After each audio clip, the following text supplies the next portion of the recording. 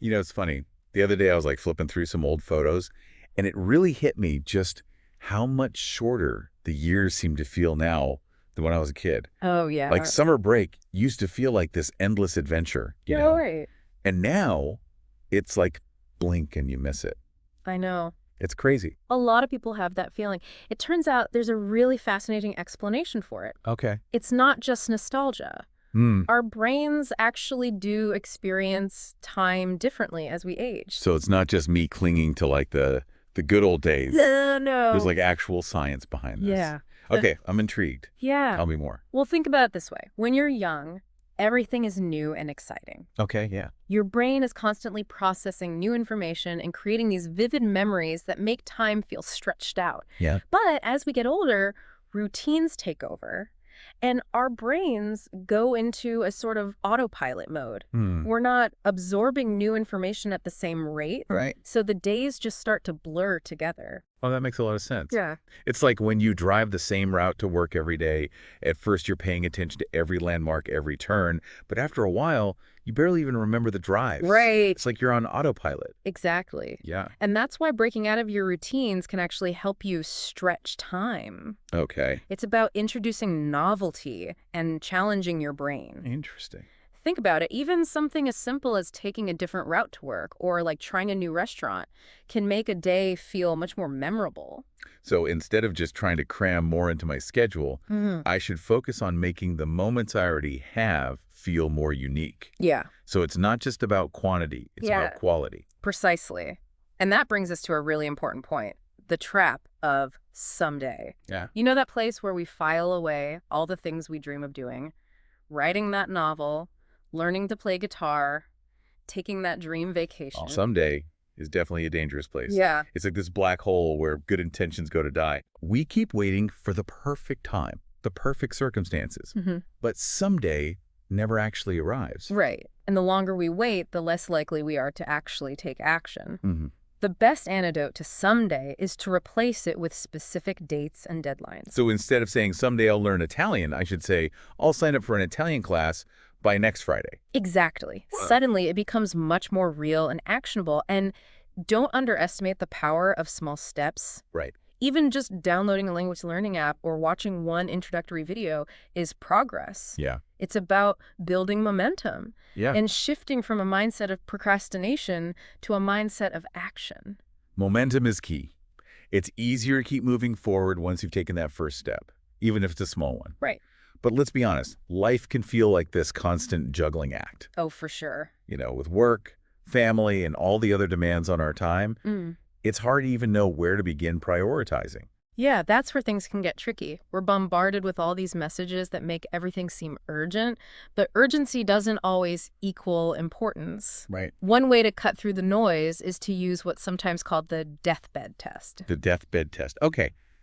That sounds a little intense, but intriguing. Yeah. Walk me through it. It's actually very simple. Imagine yourself at the end of your life. Okay. Looking back on your journey, Mhm. what will have truly mattered? Will it be the extra hours you spent at the office?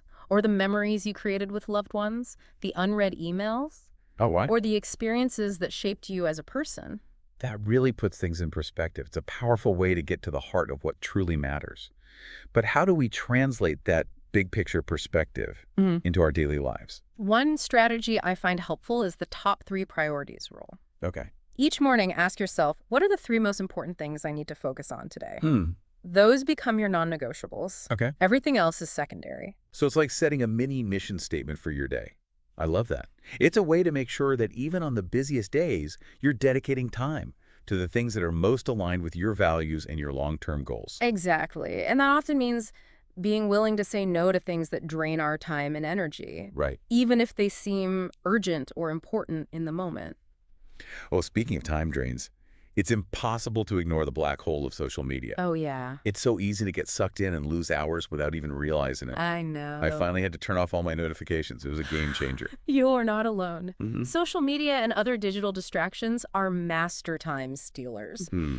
The key is to become aware of your personal time wasters and set boundaries. Right. Maybe it's turning off notifications, setting time limits for scrolling, or designating specific times of day for checking your feeds. Being mindful of those distractions is crucial beneficial. Yeah. And it frees up time and mental space to focus on more enriching experiences. It makes me think about how differently we value experiences versus possessions. Right. I mean, that expensive gadget I bought a few years ago is collecting dust, Yeah. but the memories I made on that camping trip with my friends are priceless. That's a great example of how material possessions tend to offer fleeting satisfaction, Mm-hmm. while experiences create lasting memories that truly enrich our lives. Yeah, it's like we often prioritize acquiring things, Right. but neglect investing in experiences, which are the things that actually shape our stories Yeah. and make life feel richer. It's a fascinating paradox, isn't it?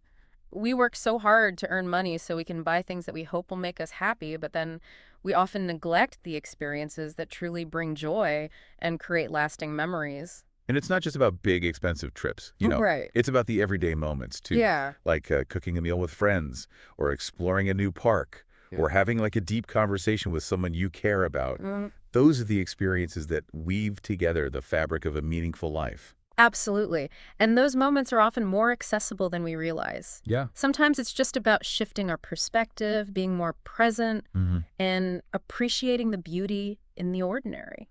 Speaking of being present, I think that's one of the biggest challenges in our fast-paced, always connected world. It's so easy to get caught up in our to-do list and forget to actually be present in the moments that matter. It's a real struggle, and it often leads to a sense of time poverty. Mm-hmm. Even if we technically have free time, Right. we're constantly checking our phones, multitasking, and rushing from one thing to the next. Yeah. And as a result, we miss out on the richness of the present moment. It's like we're physically there, Mm. but our minds are somewhere else entirely. We're not truly experiencing life as it unfolds. And that disconnect can have a ripple effect, Yeah. not just on our own well-being, but on our relationships as well. Mm-hmm. When we're not fully present with the people we care about, those connections can suffer. So how do we break free from this cycle of distraction and busyness?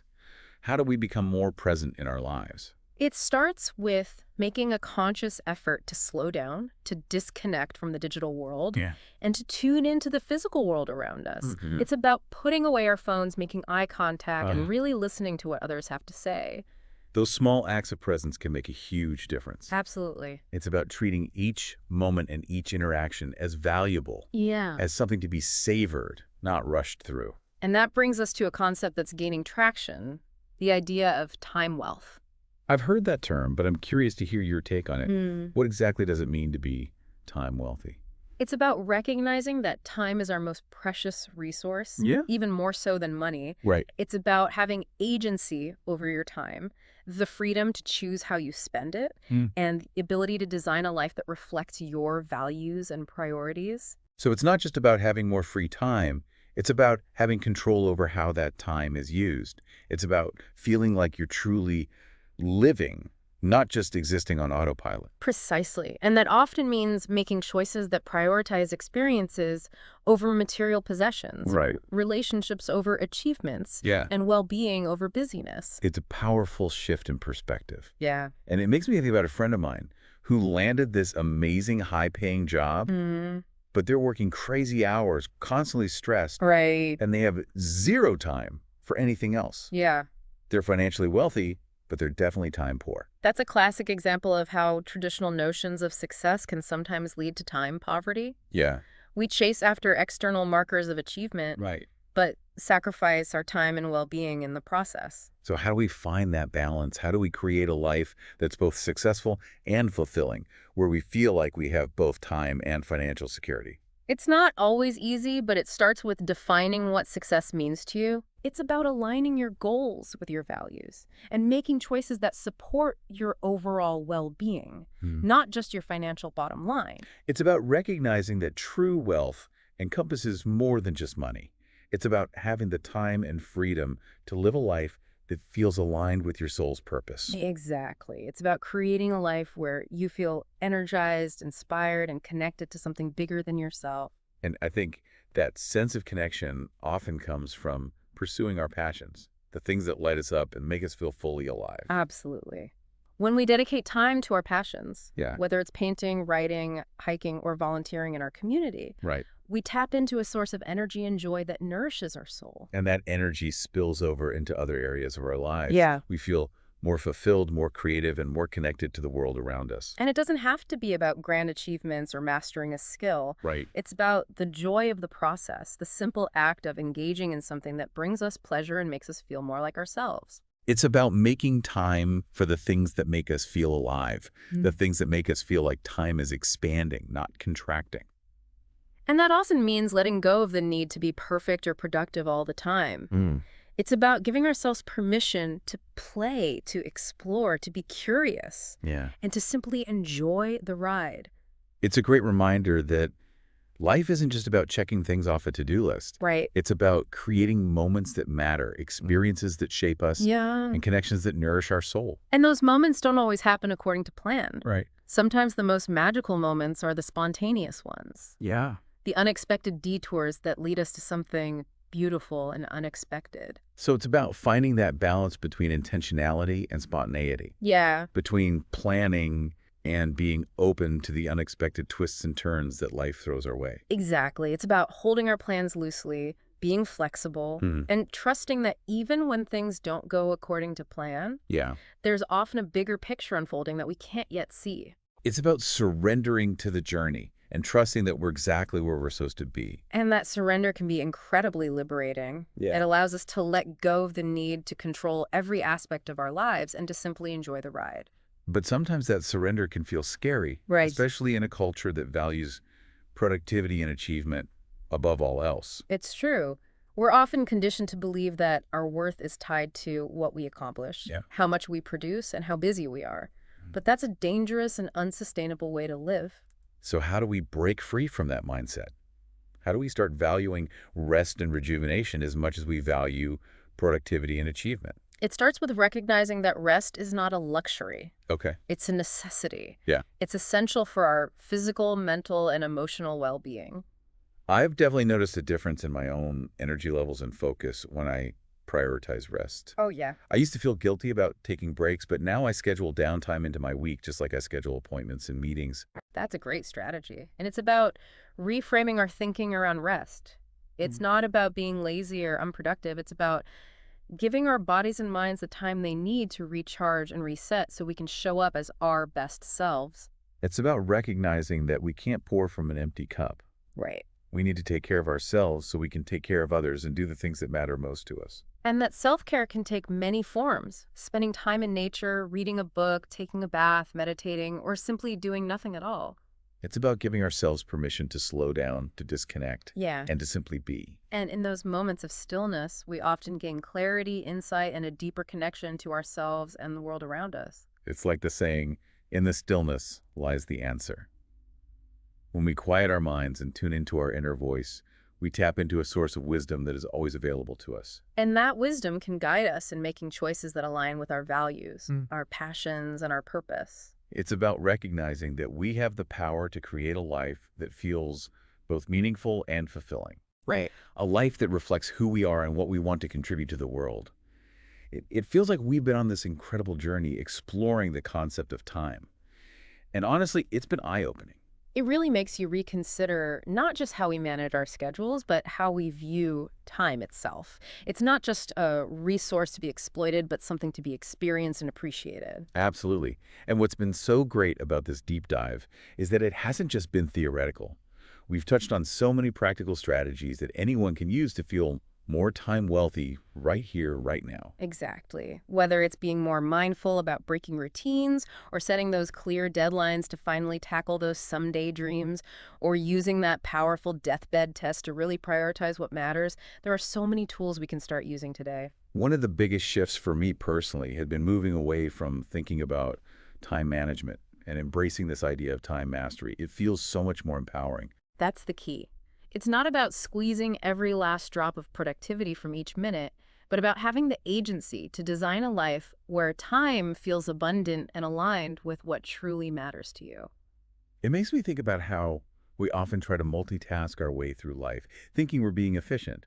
But in reality, it just leaves us feeling scattered and stressed. The myth of multitasking is so pervasive. I know. Our brains aren't wired to focus on multiple things effectively at once.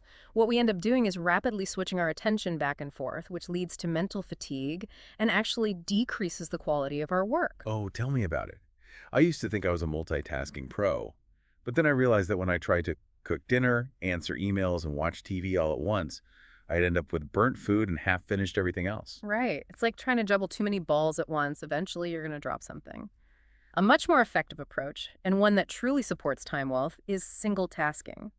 When we give our undivided attention to one task at a time, we experience it more fully, enjoy it more, and produce better results. It's like the difference between gulping down a meal and actually savoring each bite. Right. When you slow down and focus on the task at hand, even something as simple as cooking or cleaning can become a mindful experience. Exactly. It's about being present in the moment and appreciating the process, not just rushing towards the outcome. And that's where another practical tool comes in, keeping a time log. Oh, yeah. Time logs were a revelation for me. I realized I was wasting way more time than I thought on things that weren't even that enjoyable. It's amazing what you discover when you actually track how you're spending your time. Most people are shocked to realize where their hours are actually going. It's like keeping a budget for your money. You can't manage what you don't measure. Right. It makes so much sense. Yeah. And once you see those patterns, you can start making more conscious choices about how you spend your time. But sometimes it's not just about eliminating distractions. It's also about making sure we're scheduling in time for the things that truly recharge us. Absolutely. Rest is not the enemy of productivity. It's the foundation of it.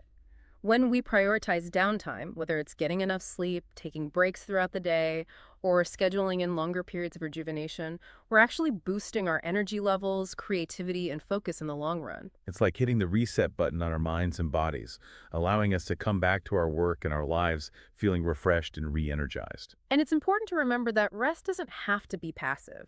It can be anything that nourishes your soul, spending time in nature, reading a book, listening to music, having a meaningful conversation, or pursuing a hobby that brings you joy.